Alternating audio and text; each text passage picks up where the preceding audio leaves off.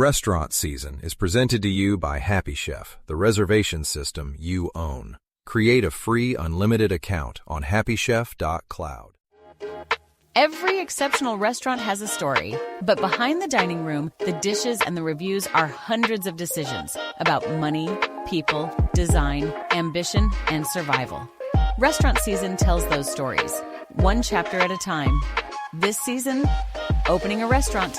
Let's begin. Restaurant season, Episode 1. The restaurant she would do differently. For more than a decade, Emma Reed had worked inside other people's restaurants. She knew how to enter a dining room without interrupting it. She knew when a table wanted attention and when attention would ruin the moment. She could hear from across a room when a service was beginning to lose its rhythm. She noticed the things most guests never named. The space between two chairs. The second glass of water arriving before anyone had to ask. The half second a server waited before stepping into a conversation. The way the room changed when the lights came down. That night, Emma was standing near the pass when a server approached her. Table 12 had been waiting too long for mains. She looked toward the kitchen, then toward the table. The guests were still talking. Their wine was nearly finished. One of them had started looking over a shoulder. Emma crossed the room, spoke quietly to the table, replaced the wine, adjusted the pacing of the next course, and returned to the pass before the problem had become visible to anyone else. She was good at this. Very good. And for years, that had been the argument she made to herself. If this were mine, I would do it differently. After service, the dining room became another place. No guests, no music, no performance. Just tables, chairs, glassware, and the evidence of what had happened there. Emma stayed after the others had gone. She walked to the front window. Outside, the street was wet. Across the glass, the restaurant's name appeared backward. Her phone vibrated. A message from Luca. He had sent a photograph of a plate they had talked about months earlier, followed by 3 words. Still thinking about it. Emma smiled. Luca had been one of the first people she told about the restaurant she wanted to open. Not the business plan. The restaurant. There was a difference. She could describe the room before she had a room. She knew how close the tables should feel without feeling crowded. She knew the service should be precise without becoming ceremonial. She wanted food that was ambitious, but not impressed with itself. She wanted a wine list that made people curious rather than cautious. Most of all, she wanted the evening to feel coherent, as if every decision belonged to the same idea. The next morning, Emma met Luca for coffee. He listened while she described it again. Luna. That was the working name. Luca did not ask about the chairs or the lighting. He asked about the kitchen. Emma told him she did not have one yet. He said that was probably useful because the menu he was imagining would need serious prep. She laughed. Then he started listing what he meant. Cold storage. Work surfaces. Pastry space. Delivery access. People. Hours. Emma listened, but in her mind she was still seeing the dining room. 2 days later, Emma sat across from Daniel. Daniel was not a restaurateur. That was partly why she wanted him there.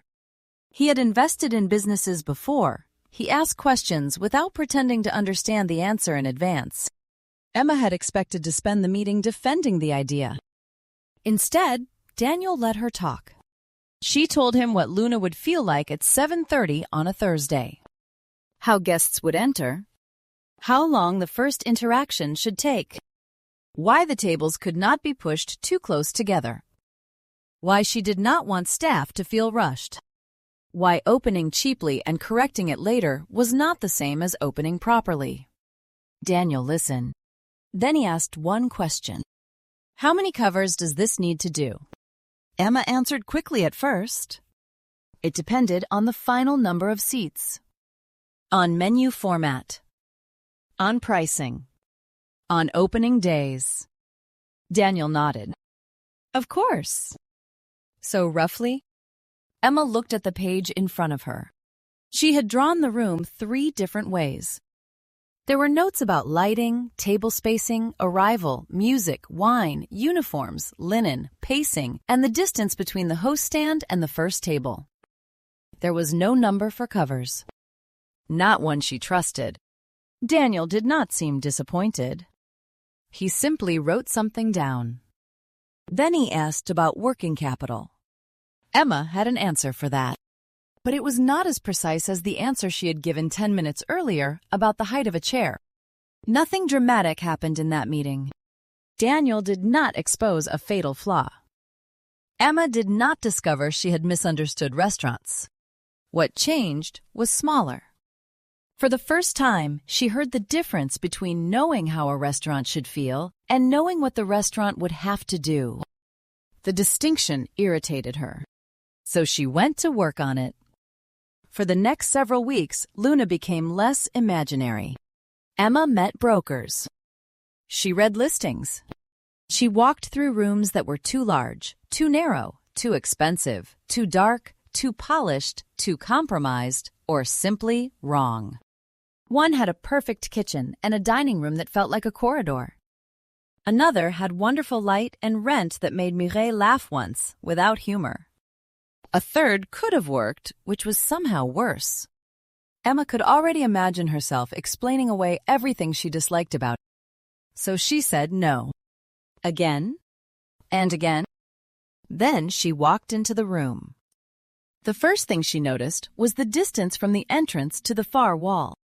Enough depth for the room to unfold, not reveal itself all at once.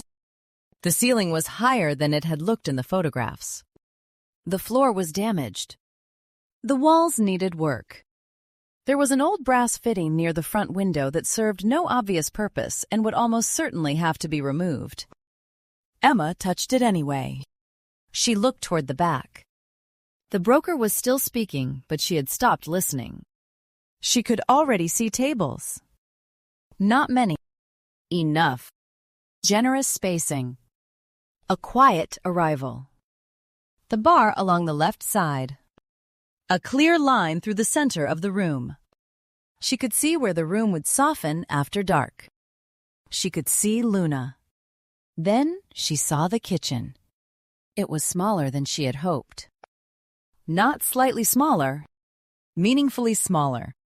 The broker called it efficient. Emma looked at the walls.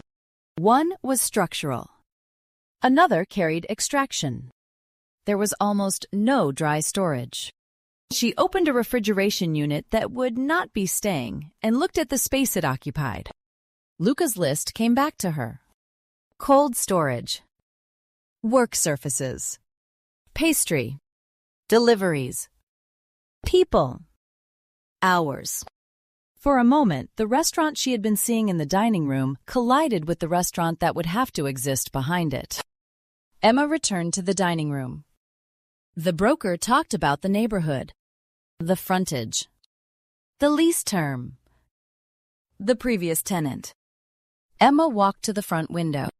From there, the kitchen was invisible. That was part of the problem. The room was easy to love. The constraints were somewhere else. Her phone vibrated. Luca.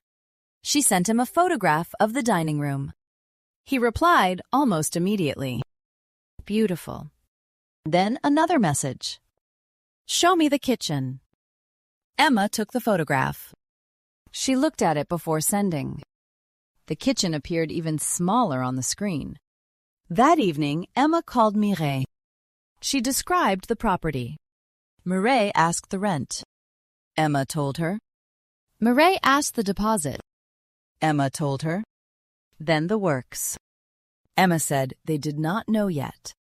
Mireille asked about extraction, licensing, restoration obligations, and the length of the rent-free period. Emma wrote each question down. By the end of the call, the beautiful room had acquired a second shape. Not tables and light. Commitments. The next afternoon, Emma went back alone. No broker. No Luca. No Daniel. No Mireille. Just the room. She stood where the first table might go, then where the host would stand, then at the entrance to the kitchen. She measured the distance with her eyes. She knew there were reasons to walk away. She also knew that every property would ask her to compromise somewhere. The question was whether this was a compromise she could operate around or one she would spend years paying for. She did not know yet, but that was not what she felt. What she felt was that she had found Luna. The broker returned just before she left. He stood by the door and told her there was another interested party. Emma looked back at the room. For years, she had imagined what she would do differently if the restaurant were hers. Now, for the first time, doing it differently required something more than judgment. It required a decision before she could know whether the decision was right. The broker said, "If you want it, we need an answer tomorrow."